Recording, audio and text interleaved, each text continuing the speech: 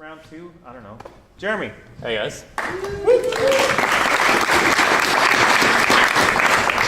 Okay, I'm going to talk about a story that happened to me back in 2013. This is a long time ago, and actually before I even started game audio. So I'm going to try to make this as relevant as I can to you guys and what you guys do. But for me, this is about me releasing my own material, my own album. Today we're going to talk about 4 different things, or at least cover 4 different sections. What happened, how I fought back, hopefully how you can deter it or at least prepare for it in case it ever happens to you, and then we'll wrap up with some questions. So in 2012, I have a photography career. Like, I'm still doing it, but I wasn't really happy with where I was going. I really wanted to up my music game, so I needed to go and give myself some structure, a way to grow. I wasn't going to school for it. I still had to keep the photography thing going. I created up this program for myself called 52 Creatives. For 52 weeks in a row, I would create a new song or a new creative project. And it did pretty well. Like, I grew a lot. And out of it came this album called, or rather an EP. It was called Into Ether. It was a short little thing, dubstep inspired, piano driven, really floaty, super pretty-ish. It was my baby. Like, I was really, really proud of it. I put a lot of love into it.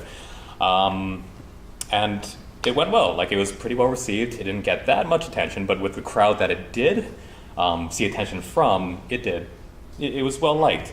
So I went off and I went to Asia. I disappeared for a couple months, had a lot of fun over there, and it was a really great time. But when I came back home, I had this email show up. I was going through all the stuff that I missed, and it's like, yeah, okay, cool, I'm getting control of my life. I'm coming back to everything that I left behind when I went away for a couple months. And it was from YouTube. I got this notice saying, hey, Jerry, it's YouTube. It looks like you're using someone else's music. So all of this stuff that you put on YouTube, this EP that you put out there, that you're representing, that you're saying is yours, it actually belongs to somebody else. We're going to stick their ads on it and, take all the revenue from it. And the revenue off of YouTube is negligible, right? But it's disconcerting. This is the stuff I worked really hard on. Like, I ramped up to this. And someone else is saying, hey, it's actually mine. So I thought, this isn't right. Like, let's go see. It's probably a red flag, it's probably a false flag. It's not a big deal. I'm gonna go get this sorted. But I went and I Googled this. The notice came from a group called Contour New Media, and the claim was from a guy named Joseph T.I. And I Googled it, and it was really messy. I found stuff like this. And like, wow, this guy has all this stuff up there, all these 4 tracks up there. But then I hit play, and it wasn't, oh, this guy lifted my melody, this guy lifted my chords, this guy went on my SoundCloud or my Bandcamp or somewhere, jacked all this stuff, ripped it, re-uploaded it to a distributor under a different name, under different images, under all of these different compilations. And this isn't exhaustive. Like, this page went on for like 30, 35 different items. It was kind of crazy. There were over 150 instances of songs that were misattributed across all the stores and streaming websites, from Spotify to Deezer to iTunes to Google Play. It was absolutely everywhere. It also showed up on a whole bunch of pirate networks. So for example, if it's like, hey, free download Joseph Ty or T, that showed up all over the place. Like, it was grabbed and distributed pretty far. And I was really, really angry for a long time. And I was desperate. I didn't know what to do, because it's like, hey, this is stuff I created. Like, who does this happen to? How does this go down? And it was really blatant as well. So the tracks were Uncharted, Aeolus, Into Ether, and Halcyon. All really similar names. Uncharted turned to Tomorrow, Aeolus, which means wind, turns into Voice of the Wind. Into Ether turned into the Deep, and then Halcyon turns into Impassive, whatever that might mean. And then Jeremy Lim, Joseph Ty, again, very, very similar. Really, really frustrating. It ended up on compilations like these clearly cash-grabby, horrible things like Top 30 Fresh Chill Out, the best of Chill Step 2013. Just really disgusting. Like, really disgusting stuff. They didn't even try to hide it. Tracks for your listening pleasure. Like, that's my favorite one. But 16, 16 is a really good one. And it was just, it sucked. It was brutal. Like 15 was, 16 was the good stuff. But the worst part about all this, it wasn't like some guy who's like, hey, I'm just going to grab all this stuff and stick it under my own name. Joseph was not actually real. All the labels that this went under were not real. There were no websites. There was no way to contact this. Like, it was just a ghost. It was a ghost alias. I was stuck. I had all of this stuff on the internet, all these people listening to these things, and I had no way to chase this guy down. It was horrifying for me because it's like, yeah, this is my baby. This is the thing I made, and I can't fix this. So I had to go on this very roundabout journey, and I apologize if today seems a little bit scattered, but this was the process. I had to start at the bottom and go through the stores, through distributors, and ultimately to them, but this was a month-long battle. And I'm not talking like I took care of this, maybe an hour here, and then next week I looked at an hour there. No, it was just constantly hounding down people. So I had to fight back on many different fronts. The first of which will be YouTube. So when I got the email notice, it's like, hey, this is the Content ID system. Is everybody here familiar with Content ID and how that works? Okay, so YouTube has a system called Content ID that catalogs a bunch of different audio. Most people use it for music. Some people actually use it for ambiances, which is, I think, really, really messed up for a bunch of different reasons. But the music thing goes and looks at all the videos on YouTube and says, hey, okay, this is the song playing in this video, this is the song playing in this video. And what ended up happening, the videos that I put up on YouTube were just clips of my EP. And then Content ID was saying, hey, this actually belongs to somebody else, right? And I couldn't have that because, yeah, those notices were showing up on my videos, but other people were using my music at that time. They were getting notices saying, hey, this music by Jeremy Lim, it's not actually by Jeremy Lim, it's by this guy. And all of this metadata shows up in the description of YouTube. It was really messy. Like, I was losing my brand over this. It's not only some guy jacked my stuff, I was also ultimately being called a fraud in this mess. So I needed to fix this. Unfortunately, Google is not very good with outlier situations. Copyright infringement is rampant on Google, but plagiarism is not. So they have automated systems saying, hey, is somebody stealing your stuff? Cool, we'll do takedowns. Or, hey, is this process happening? Cool, we'll do this. But again, my case was an outlier. Like, there was no way for me to speak to Google about this. They just wouldn't respond, or there was no way to funnel down a channel. I tried cramming it down some alternate paths saying, hey, this is happening, no responses. They don't have official channels to really reach them through. You can try emailing them, but no one ever got back to me. I had to go and do something else, which was talk to the people who sent out the request. So the Contour New Media guys, I went out to them, emailed them about 4 different times. Nothing, like really, really desperate. Nothing ever came back until I made things public. Like, I had to start escalating. This was about 19 days into the process from when I first realized this happened to me, since the first email that went out to them. Sometimes, like, in these things, if you guys should ever find yourself in these situations, emails are good, getting things going through official channels is good. Sometimes you have to escalate kindly. Don't do it out of anger. Like, it's really good to be patient because, like, these guys don't want to screw anybody over, of course, but sometimes we had to push that way, and that's the way I had to go. The pirate sites I was mentioning a while ago. So for you guys, especially as many of you guys are musicians or even as creative artists, like, we're going to have our stuff out there. We need to promote ourselves. And sometimes people will take that and redistribute it. There's so much pirated stuff out there right now. But thankfully, there are automated systems to take care of that for us.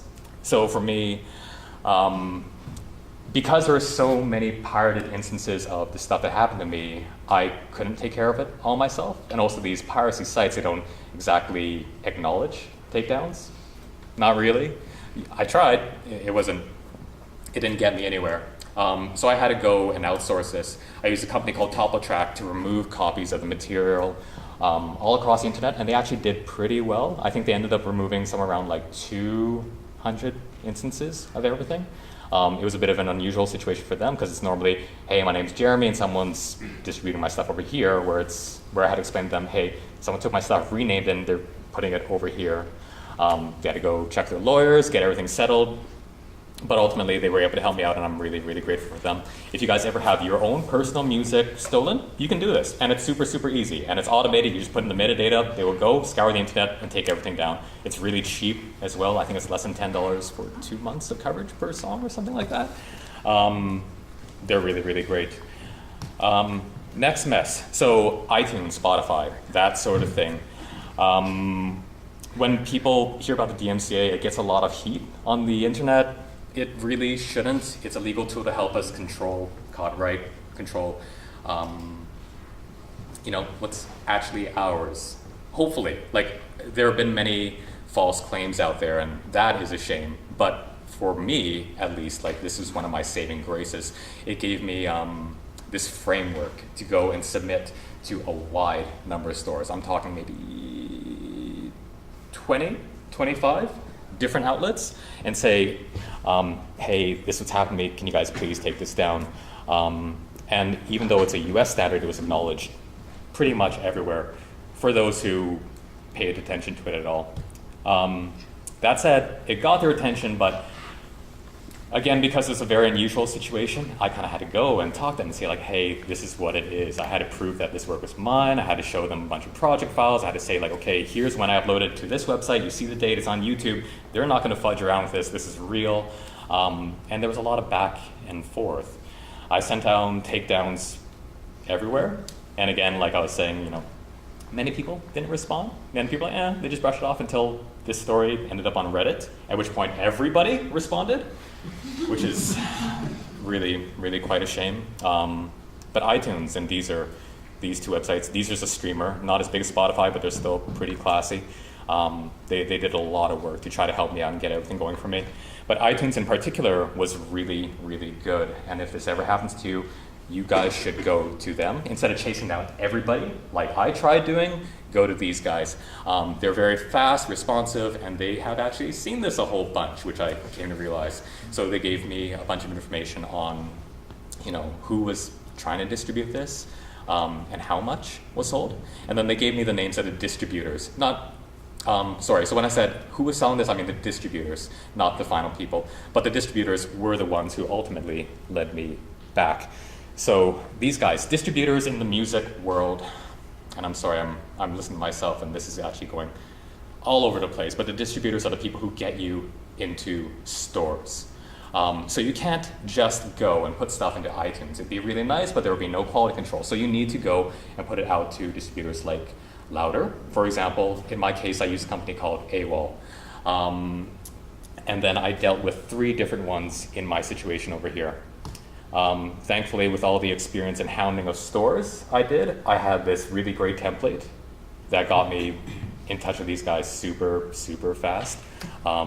Again, they acknowledged the DMCA, really, really easy for me to say, hey, this situation, they all came back to me saying, whoa, we don't know about this, but we're gonna send down notices right away. You've given us proof, we'll take care of this. We're gonna have dialogues with everybody involved.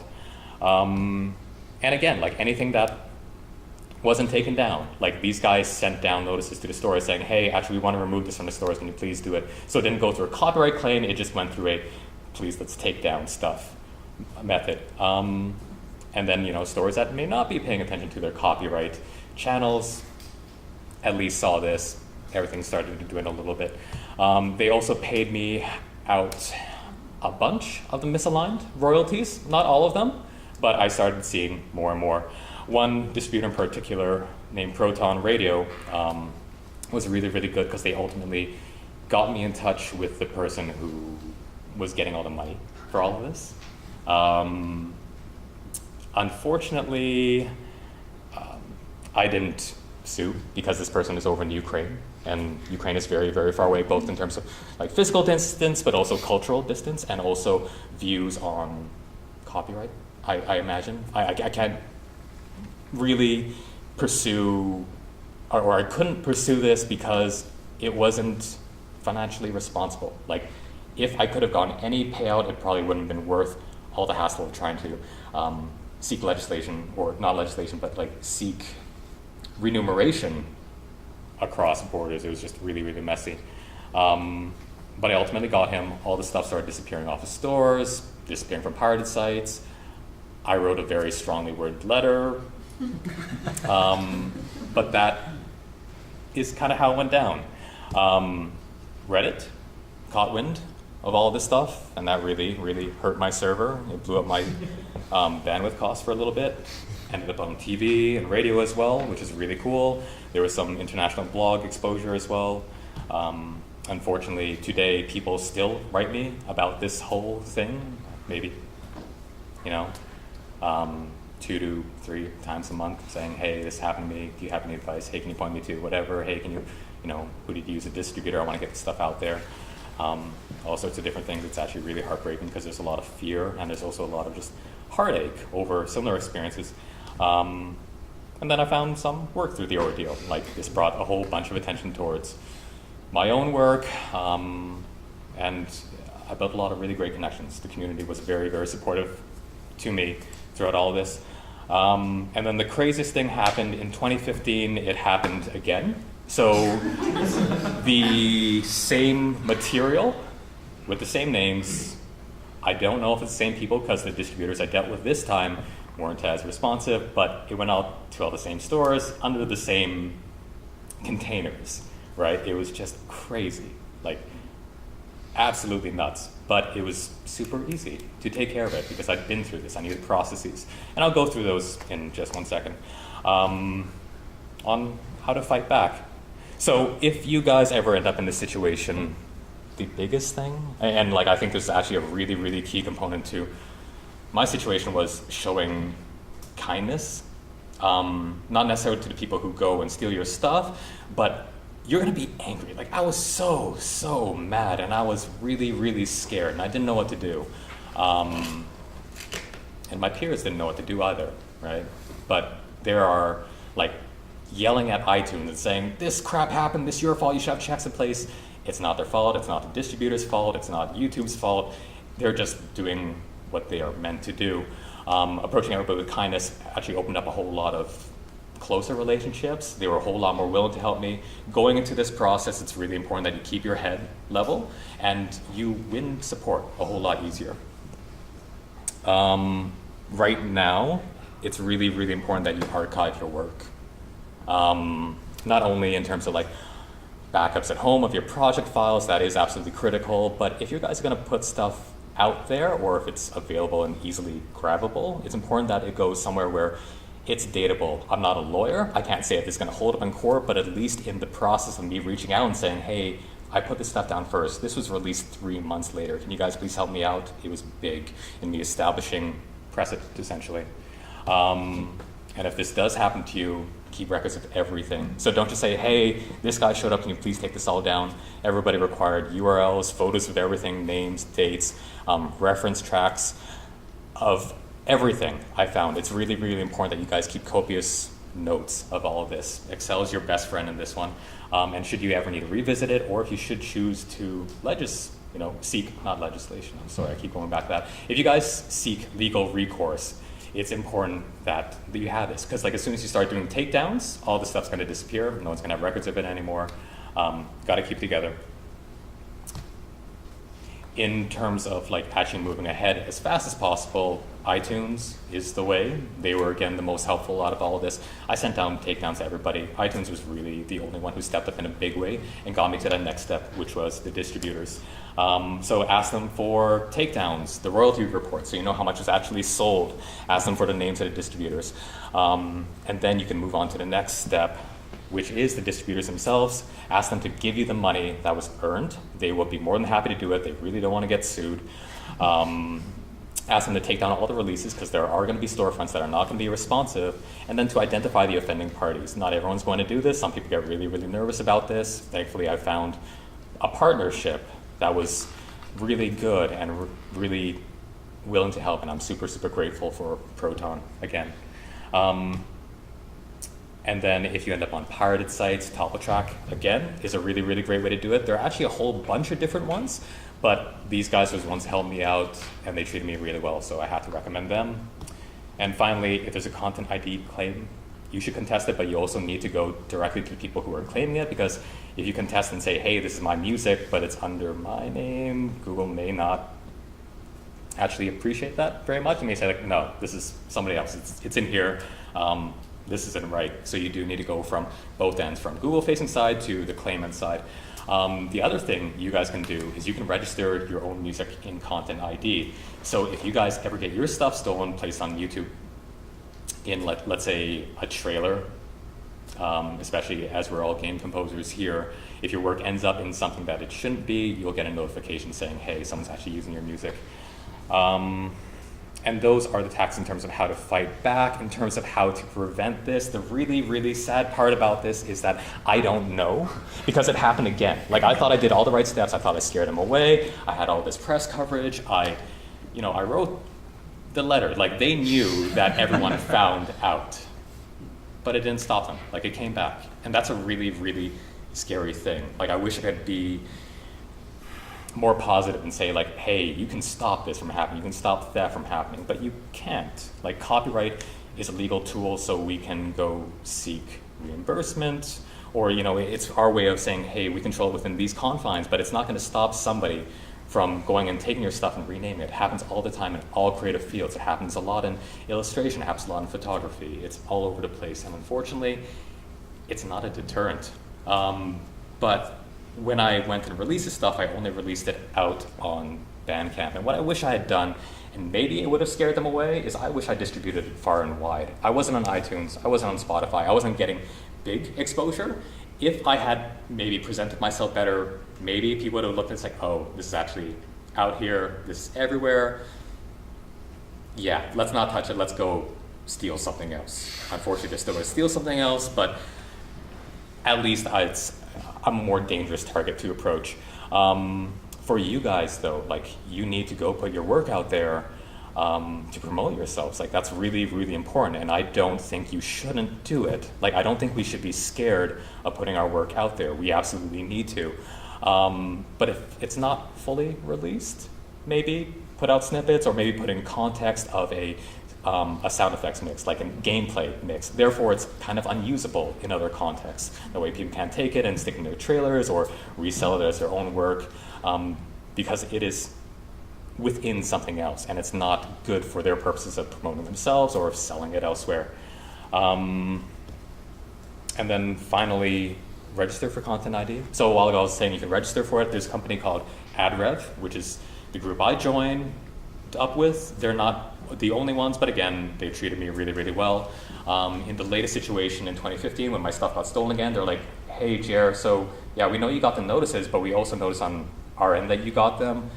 These are the people you need to deal with. Here are their contact information. We heard your story before. They were super gracious and helpful in putting me in touch with the right people. So getting your stuff out on Content ID is also helpful in terms of stopping this stuff from happening, but it's also really good of just being aware of where your stuff is going.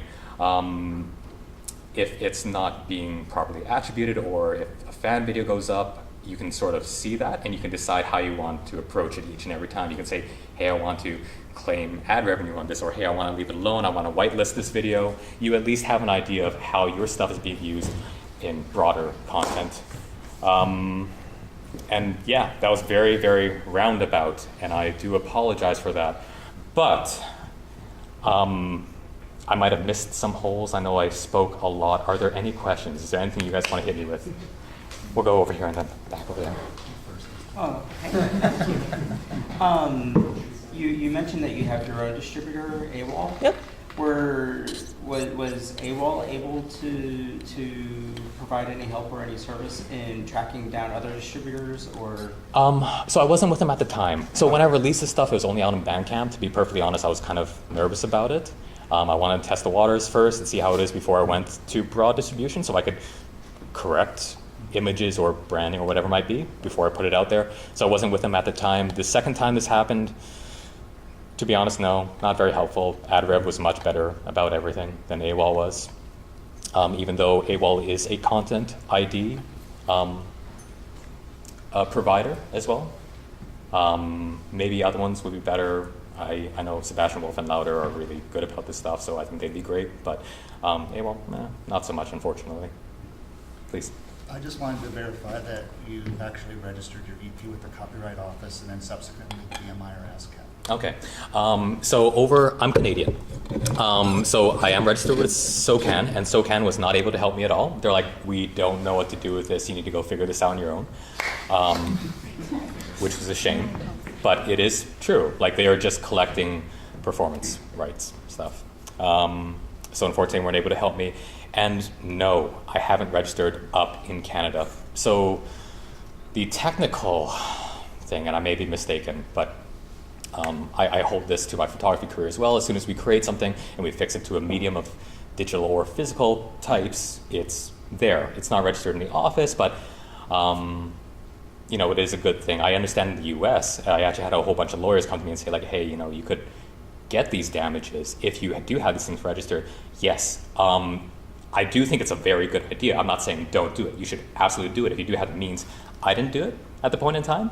I didn't ultimately sue this guy or chase him down. There was no real way I could get recourse. But had it been in North America and had I registered it, I'm quite certain the damages would have been much more substantial. So I do think that's a great idea. Yeah, I just mentioned it only because, like you said, it's like if you create it, the copyright already exists because you create it. But the only way that you can argue that you did it first is when it's registered. Exactly. And, which is a bit. And then, your thing about the project files and everything is also really good backup. Yeah. That notification that you've registered as a copyright indicates exactly when it was created. Exactly.